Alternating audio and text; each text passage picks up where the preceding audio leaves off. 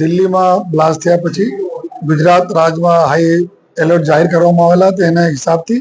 સુરત શહેર પોલીસ દ્વારા ગઈકાલથી જ તમામ जो हमारा संवेदनशील विस्तारों में patrolling, vehicle checking, railway station हो, एयरपोर्ट हो, बस स्टेशन हो, તમામ જગ્યાએ ચેકિંગની કામગીરી ચાલુ છે। અને સાથોસાથ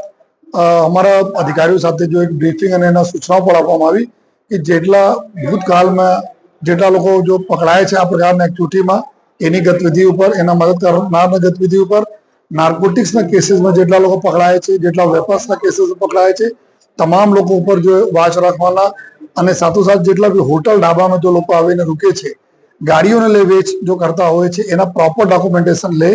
અને સાથોસાથ કોઈ ભાડુઆત તરીકે આવ્યા હોય બહારથી, કોઈ વેર હાઉસીસ ગોડાઉન લીધા હોય તો આ તમામ જગ્યાઓ પર જો લોકો અને જો બી ત્યાંના જો કન્સર્ન લોકો છે આપણે પોલીસને જાણ કરે અગર કોઈને ડાઉટફુલ હોય અને જો બી પોલીસ કમિશનરના જાહેરનામાઓ છે એ કોઈ ભાડુઆત બાબતમાં હોય, લેબર્સ બારેમાં હોય અને બહારથી કોઈ આવીને અહીંયા રૂકા હોય કોઈને ઘર તો આપણને જાણ કરતા રહેવું જોઈએ। આ બહુ જરૂરી છે।